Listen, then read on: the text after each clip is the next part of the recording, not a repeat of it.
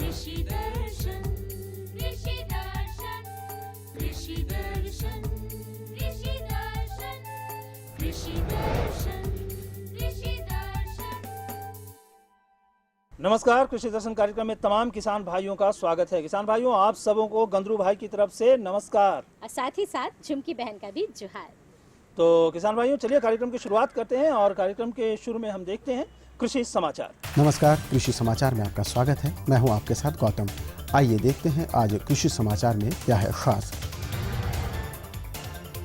राज्य में कृषि निदेशालय की ओर से लागू है वर्मी कंपोस्ट उत्पादन योजना। प्राकृतिक रॉल एवं गोंद कई रोगोपचार के लिए है उपयोगी। सब्जी फसलों में पोटाश उर्वरक का उपयोग है फायदेमंद।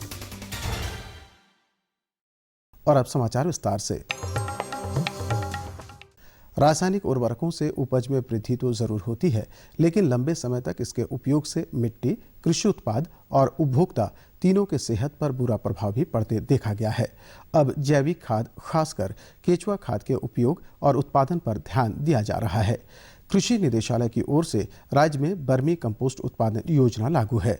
जो किसान वर्मी कंपोस्ट का उत्पादन करना चाहते हैं, वो कृषि निदेशालय से सामान्य पीट के लिए 3,000 रुपये और HDEP इकाई की स्थापना के लिए 5,000 रुपये का अनुदान प्राप्त कर सकते हैं। बीते दिनों रांची के नामकुम में भारतीय प्राकृतिक रॉल एवं गोंद संस्थान में प्राकृतिक रॉल एवं गोंद के औषधीय उपयोग विषय पर एक संगोष्ठी का आयोजन किया गया। इस संगोष्ठी में BIT मेसरा के फार्मास्यूटिकल साइंस के विभागाध्यक्ष डॉक्टर BN सिन्हा ने कहा कि लाह में पाए जाने वाले लेकाइक एसिड का उपयोग कैंसर एवं एड्स जैसी बीमारियों के उपचार में किया जा सकता है। साथ ही बैक्टीरिया और फफूंद से होने वाले कई प्रकार के संक्रमण के उपचार में भी यह एसिड कारगर साबित हुआ है। किसान भाई, आप अगर सब्जी फसलों की खेती कर रहे हैं तो उर्वरकों में पोटाश का व्यवहार जरूर करें। इससे फसल की गुणवत्ता बेहतर होती है, साथ ही पौधों में सूखा और पाला बर्दाश्त करने की क्षमता बढ़ती है और कीट लगने का खतरा भी कम हो जाता है। किसान भाई, सब्जी फसलों में पोटाश उर्वरक का इस्तेमाल करने से पौधों में रोग से लड़ने की क्षमता बढ़ती है, साथ ही फल आकर्षक और गुणवत्तापूर्ण होता है। इसमें किसान को बाजार में अपनी उपज की अच्छी कीमत मिलती है, इसलिए सब्जी फसलों की खेती में पोटाश का इस्तेमाल जरूर करें। खासकर सब्जी उत्पादन करने वाले किसान अपने खेतों में अगर सब्जी का खेती कर रहे हैं तो पोटाश उर्वरक का इस्तेमाल जरूर करें, जिससे आपकी फसल की गुणवत्ता अच्छी होगी। उसमें कीड़े मकोड़े, पाला, सूखा से लड़ने का असर कम अच्छा पड़ेगा। उसमें फसल की गुणवत्ता का अच्छा होने के कारण टमाटर है तो उसमें चमक होगी, कड़ा होगा, गोभी का वजन ज़्यादा होगा, चमक होगी फसल में। इसीलिए अगर आप सब्जी की खेती कर रहे हैं तो 100 kg म्यूरेट ऑफ पोटाश प्रति हेक्टेयर की दर से इस्तेमाल करें। और कंद वाली फसल अगर आलू लगा रहे हैं तो 150 kg प्रति हेक्टेयर की दर से आलू की फसल में डालें, तो आपको फसल की गुणवत्ता के साथ अच्छी उपज मिलेगी।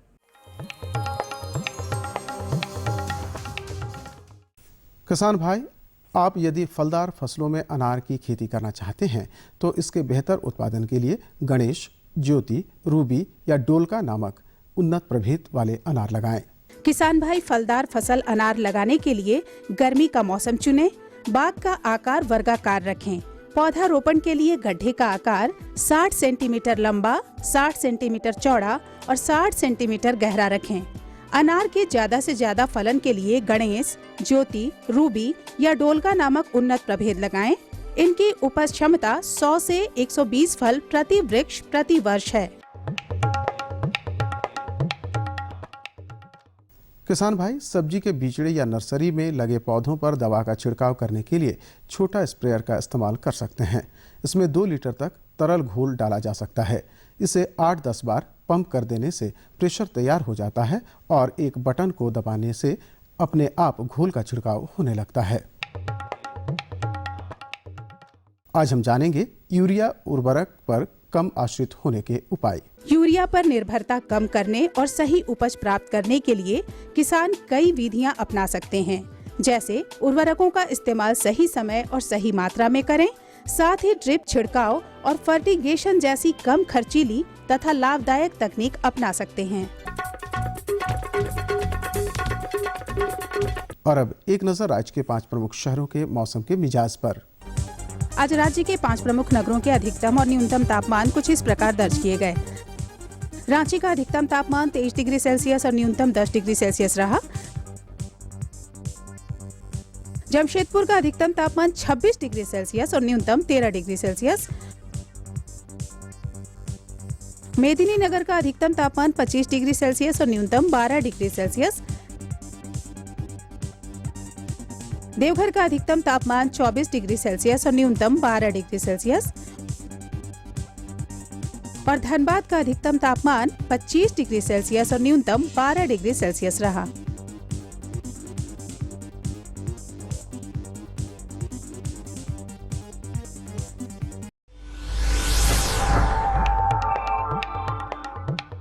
और अब मंडी भाव में आइए नजर डालते हैं अनाजों के भाव पर। आज कृषि उत्पाद बाजार समिति पंडरा रांची में विभिन्न खाद्यान्नों के थोक भाव कुछ इस प्रकार दर्ज किए गए। चावल मोटा 2000 रुपए से 2300 रुपए, चावल मध्यम 2400 रुपए से 2700 रुपए, चावल उत्तम 3700 रुपए से 4500 रुपए, गेहूं 1650 रुपए से 1850 रुपए, चना 3150 रुपए से 3350 रुपए, दाल अरहर 6800 रुपए से 7400 रुपए, दाल मसूर 6600 रुपए से 7200 रुपए, दाल चना 3800 रुपए से 4100 रुपए, सरसों तेल 8500 रुपए से 9500 रुपए, चीनी 3100 रुपए से 3300 रुपए, आलू 800 रुपए से 1300 रुपए और प्याज 1500 रुपए से 1700 रुपए प्रति क्विंटल रहा। कृषि समाचार में आज इतना ही।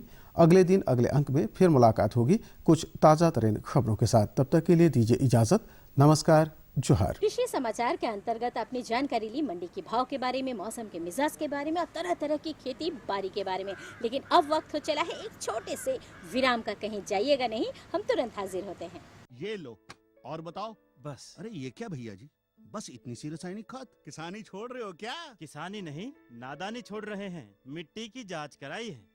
अब तो लालाजी जितनी जरूरत है उतने ही उर्वरक खेत में डालेंगे। हाँ, किसान भाई आज ही अपने जिले की नजदीकी भूमि परीक्षण प्रयोगशाला में मिट्टी की जांच जरूर करवाएं और मिट्टी में पोषक तत्व, नमी व पौधे के विकास को देखते हुए केवल जरूरत के अनुसार ही पोषक तत्व डालें। और हाँ, मिट्टी में गंधक, जस्ता, बोरोन जैसे सूक्ष्म पोषक तत्वों का पता लगाना भी न भूलें।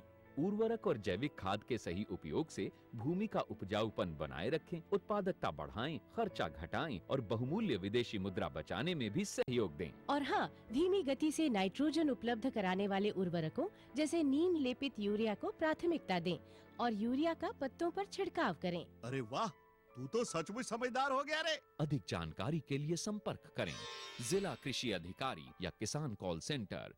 क्या करूं? हाँ, मैं ऐसे ही करूंगा। हाँ, अच्छा, मैं जा रहा हूँ। अच्छा, जी जी जी, हाँ, ठीक है। जी जी जी। किससे बात कर रहे थे इतना हंस कर? किसान कॉल सेंटर, विशेषज्ञ से खेती के बारे में सलाह ले रहा था। सुबह भी, रात को भी?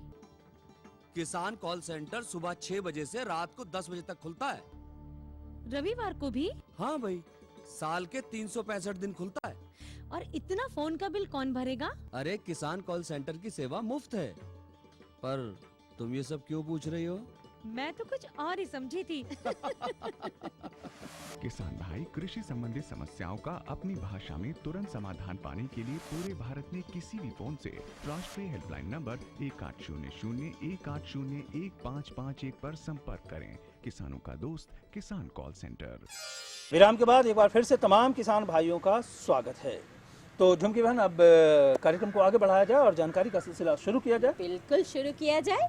लेकिन अभी जाड़े का मौसम है, लेकिन हम गर्मी की बात करने वाले हैं। अच्छा, कुछ खास बात है क्या?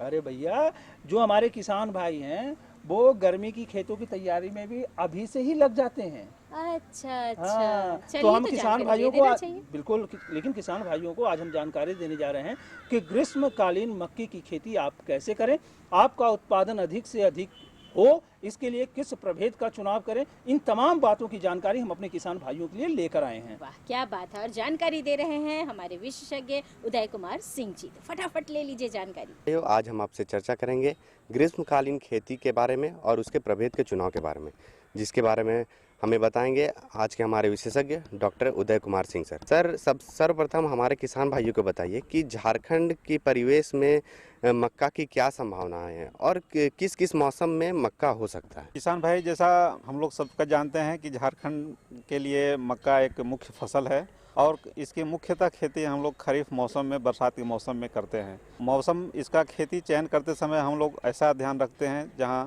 खेत भाल हो और जिसमें पानी नहीं लगता हो।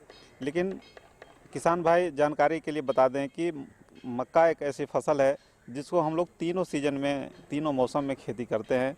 इसका खरीफ मौसम भी करते हैं जो झारखंड के लिए मुख्य फसल है धान के बाद। उसके बाद हम इसको विंटर सीजन में, जिसको हम लोग जाड़े के फसल कहते हैं, उसमें रबी मौसम में भी करते हैं। और इसका हम लोग ग्रीष्मकालीन मौसम में भी खेती करते हैं, जिसको आगात खरीफ में हम लोग खेती करते हैं। इसको तीनों मौसम में हम लोग खेती कर सकते हैं सफलतापूर्वक। सर, हमारे किसान भाइयों को बताइए कि ग्रीष्मकालीन मक्का की खेती जो भी हमारे किसान भाई करना चाहते हैं वो इसके लिए खेतों की तैयारी किस तरह से करें। मक्का की बुआई करते हैं तो वैसा ही चुनाव करेंगे। इसको 2-3 जुताई, खेत को गहरी जुताई करते हैं जिससे कि खेत का भुरभुरा हो जाना चाहिए, ढेला नुमा नहीं रहना चाहिए। खेत में जल निकास की तो आवश्यकता नहीं पड़ती है, फिर भी नाली बना देते हैं कि किसी वजह से अगर खेत में कहीं पानी जम जाए तो उसको हम लोग निकाल सकें। अगर खेत के जांच के बाद या ऊपरी ज़मीन है तो खेत, झारखंड में प्रायः हम लोग जानते हैं कि ऊपरी या मध्यम ज़मीन में अम्लीयता रहती है जो मक्के के फसल के लिए नुकसानदेह होता है। तो किसान भाई, अगर हम वैसा खेत है तो हम उसको अम्लता दूर करने के लिए बोने से पहले हम चूने का प्रयोग करते हैं। इसके लिए हम लोग 2 एकड़ प्रति क्विंटल या 4 से 5 क्विंटल प्रति हेक्टेयर की दर से चूने का व्यवहार करते हैं।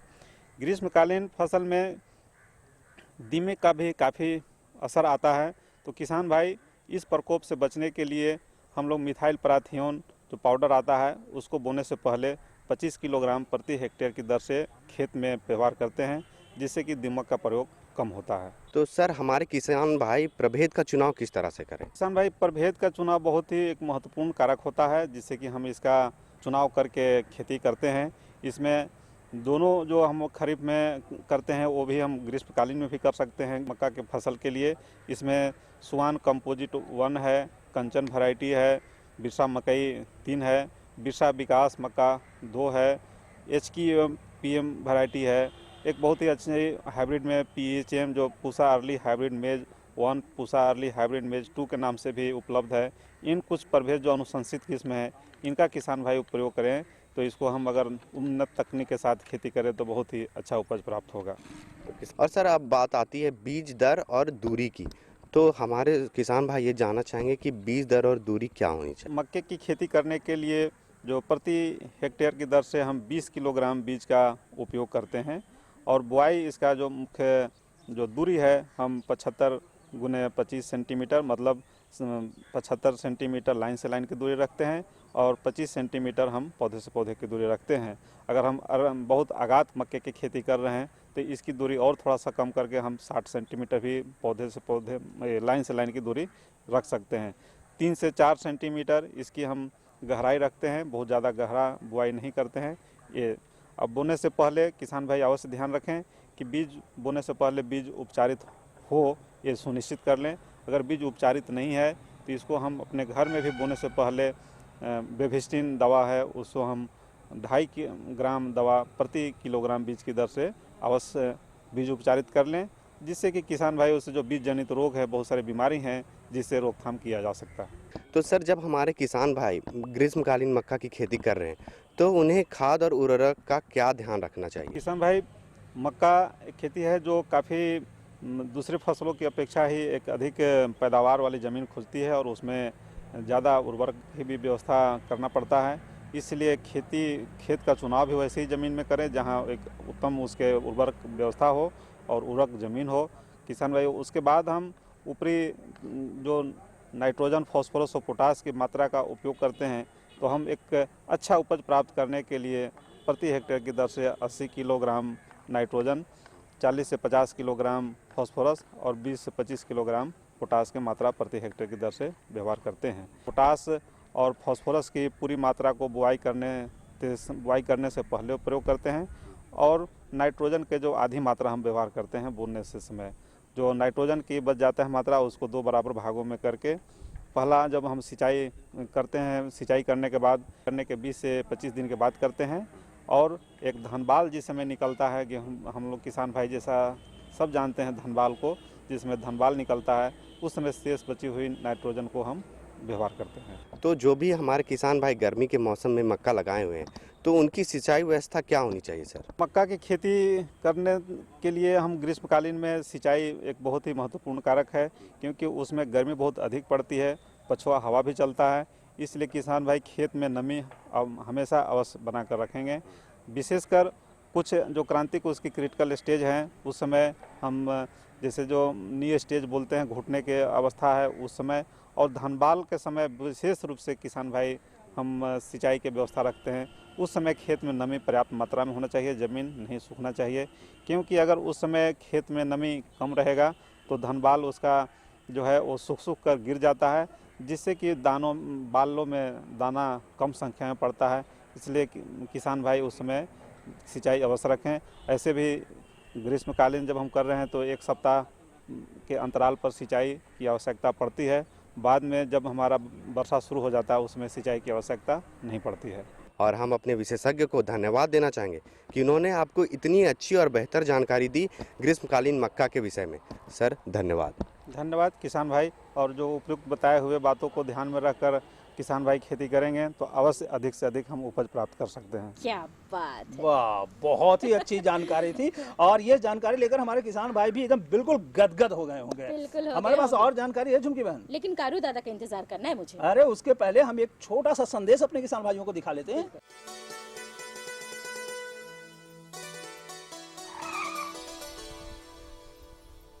1 लीटर में 90 किलोमीटर का माइलेज है। वाह भैया, पेट्रोल तो बचा रहे हो, लेकिन पानी के बारे में क्या सोचा है? अरे सामू, पानी के पैसे से ही तो गाड़ी खरीदी है।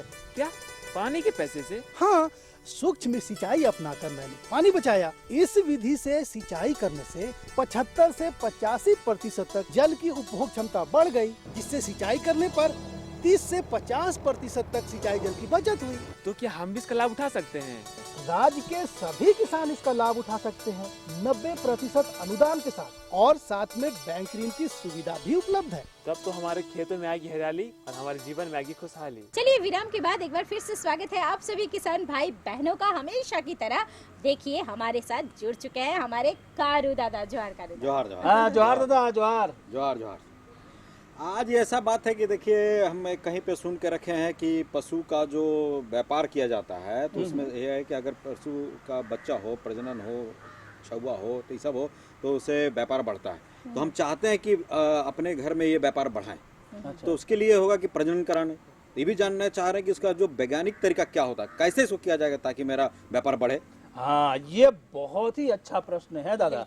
और आज तो हम जो आधुनिक तरीके से पशुओं का प्रजनन कराया जाता है, तो आज हम इसी विषय पर अपने किसान भाइयों को भी जानकारी दे दें। क्यों झुमकी बहन? बिल्कुल दे देते हैं, और जानकारी दे रहे हैं हमारे विशेषज्ञ हेमंत जी। तो आइए मिलते हैं हेमंत जी से। जैसा कि किसान भाइयों हम लोग जानते हैं कि हमारा भारतवर्ष दूध उत्पादन में सर्वप्रथम है, 1 नंबर पे मौजूद है पूरे विश्व में।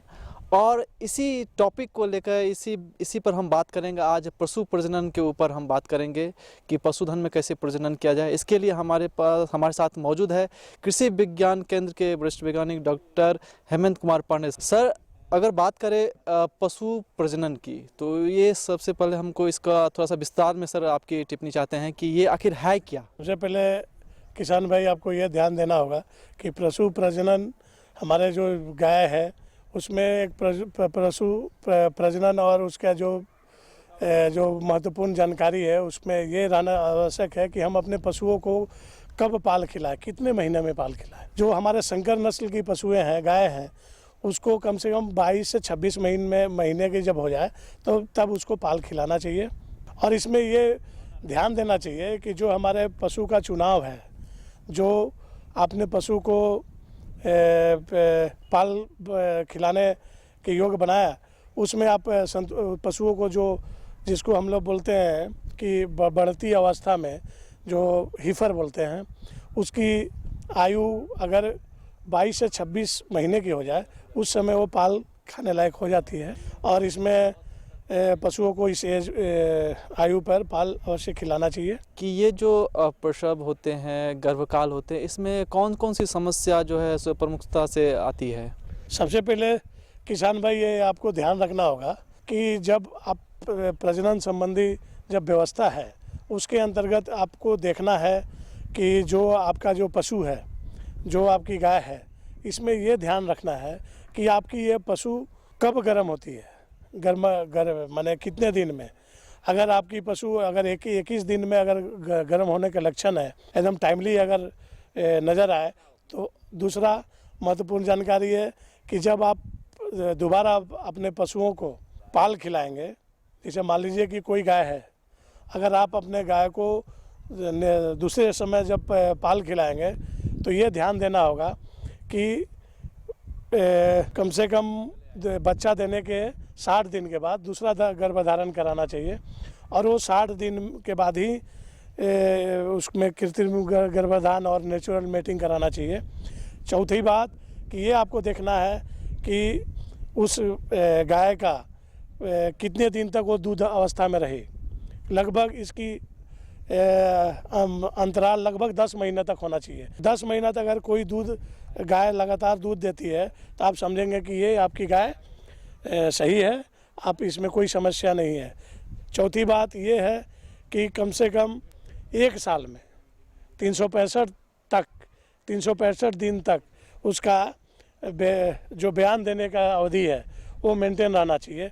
ये 4-5 महत्वपूर्ण बातें हैं। इसी बात के आधार पर हम अपने जानवरों का आकलन माने जो प्रजनन संबंधी आकलन है हम कर सकते हैं कि आपकी जानवर स्वस्थ है या नहीं, उसमें कोई प्रजनन समस्या है कि नहीं है। अगर इसमें थोड़ा सा भी बदलाव आए तो आप समझ जाएं कि इसमें आपकी जानवरों में प्रजनन संबंधी कोई समस्या है। ये कृत्रिम गर्भधारण आखिर है क्या और इसके क्या फ़ायदे हो सकते हैं, क्या नुकसान हो सकते हैं? कृत्रिम गर्भधारण आजकल जो काफ़ी प्रचलित है बहुत हमारे यहाँ, क्योंकि कृत्रिम गर्भधारण से हमारे पशुओं में जो रोग का स्थानांतरण होता है काफ़ी कम हो गया है। इसमें आप किसी स्वस्थ पशु का साँड़ का बैरियर से आपका जो जानवरों को पाल खिलाया जा सकता है। जैसे मान लीजिए कि आपने साहिवाल हमारे नस्ल की गाय है, उसका साहिवाल साँड़ का बैरियर से को कलेक्ट करके हम अगर उसका जो कृत्रिम गर्भधारण कराए उस जानवरों में, तो आपकी जानवरों में जो बच्चा पैदा होगा काफ़ी दुरुस्त और दूध देने वाले नस्ल पैदा होगा। दूसरा कि इसमें आपको जानवरों को पाल खिलाने में कोई कठिनाइयाँ नहीं होगी। इसमें आप कृत्रिम गर्भधारण से आप सेलेक्टिव मतलब आप अपने अनुसार उसका पाल खिला सकते हैं अपने जानवरों में। तो अगर हम बात करें सर गर्भधारण की, प्रसव की, उस समय में हमारे अगर झारखंड के संदर्भ की बात की जाए, हमारे झारखंड की जो भौगोलिक स्थिति है, जो हमारा जलवायु है, जो हमारा मौसम है, उसकी अगर बात की जाए तो उस समय में कहने का मतलब हमारे जो प्रसव काल होते हैं या गर्भधारण काल होते हैं पशु के, उसमें कोई ऐसी बीमारी है जो लग सकती है, वहाँ पे सावधानी किसान भाइयों को बरतनी चाहिए, कुछ ऐसा आपका सुझाव? किसान भाई, सबसे पहले अगर आप अपने पशुओं का जो गर्भावस्था, इसमें अपने पशुओं को संतुलित आहार दें। जो हमारे दुधारू पशुएं हैं और जो गर्भधारण किए हुए हैं उसको अगर प्रचुर मात्रा में आप संतुलित आहार देंगे तो आपको पशुओं में ये बीमारी प्रजनन संबंधी समस्याएं उत्पन्न नहीं होगी। और इसमें अपने पशुओं को ये काफ़ी ध्यान देना होगा कि जब आपका पशु गर्भधारण कर लिया है तो उसमें कंसंट्रेट मिक्सचर जो हम लोग संतुलित आहार बोलते हैं उसको कम से कम 2.5 केजी प्रतिदिन देना चाहिए। साथ में 10 से 15 केजी हरा चारा और 4 से 5 केजी सूखा चारा का अवश्य प्रयोग करें। और जब पशु आपका जब बच्चा देने के पहले इस आहार को लगभग आधी कर दें 3-4 दिन पहले, जिससे आपका जो बच्चा प्रसव के समय जो गाय है उसको काफ़ी तकलीफ नहीं हो बच्चा देने में। किसान भाइयों, ये थे डॉक्टर हेमंत पांडे सर, आपको बहुत अच्छी जानकारी दी। आगे के अंक में हम और नई नई जानकारियां लेकर उपस्थित होंगे। तब तक के लिए नमस्कार, जोहार। ये हाँ एकदम, अब जो थोड़ा बहुत जो जानकारी हमको नहीं थी, अब वो पुख्ता जानकारी, वो भी वैज्ञानिक तरीके से हो गई। बिल्कुल।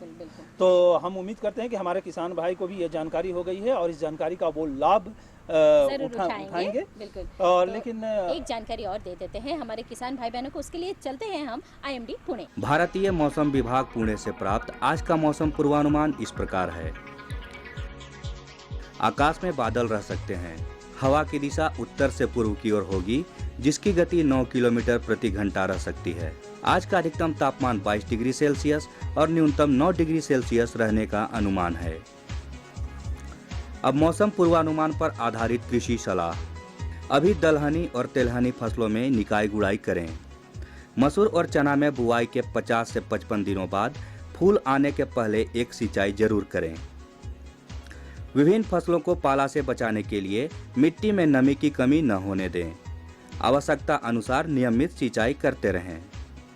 अरहर फसल को फली छेदक कीट से बचाने के लिए मोनोक्रोटोफास 1 मिलीलीटर प्रति लीटर पानी की दर से घोल बनाकर छिड़काव करें।